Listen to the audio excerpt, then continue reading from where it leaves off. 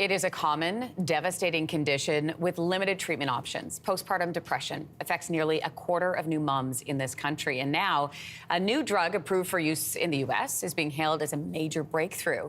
So, how long will it be before we could see it here in Canada? Joining me now is the co-executive director of Canadian Perinatal Mental Health Collaborative, Patricia Tomasi. Patricia, great to have you on the show. Thanks for having me. So before we get to this new drug, what treatment options are currently available for postpartum depression in Canada? Well, if you're lucky enough to get treatment options, it's a combination of medication and therapy. But that depends on whether your healthcare practitioner is trained in perinatal mental health, whether they feel comfortable prescribing medication. There are long wait lists for therapy, but that's the evidence-based treatment in Canada is a combination of an SSRI, selective serotonin reuptake inhibitor, and cognitive behavioral therapy, interpersonal therapy, trauma-based therapy. That's what's happening in Canada right now. So let's see what the future may hold. I mean, what makes this medication, Zurzuvae, I hope I'm pronouncing that correctly, what makes this medication different or better than the drugs we already use?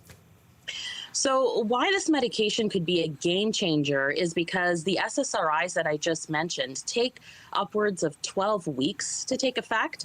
And there are many different SSRIs, and each body individual type will react to a different SSRI. So let's say you start with one and it's having a lot of really unbearable side effects. You might have to switch to another SSRI. That's not uncommon. So you could be suffering for a lengthy amount of time before you get any treatment, get any relief. Zurzuvae, the new oral medication, very first oral medication for postpartum depression, approved by the FDA on August 4th in the United States. Women have reported feeling relief as early as 3 days into treatment. And the treatment is only 14 days long, 2 weeks. So that is a huge, huge game changer. Wow, that's remarkable. And while the companies behind the drug haven't yet filed an application for approval from Health Canada, Biogen says it's, quote, exploring opportunities to bring Zurzuvae to patients outside of the U.S. As somebody who has experienced postpartum depression yourself, I mean, what would it mean to bring this drug if it were to be approved in Canada here?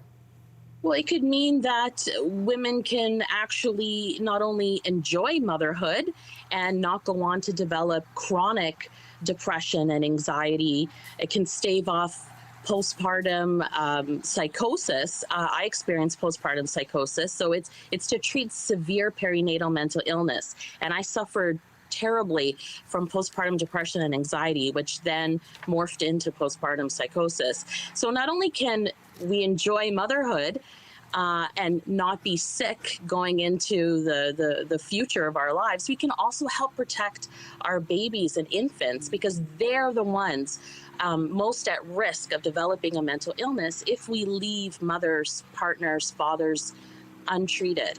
And so the real it's not a magic pill. The real magic solution is universal screening and timely access to treatment. That's what we need in Canada, and that's what we're advocating for at the CPMHC. So yes, we'd love the pill to come to Canada. It's going to the States in the fall.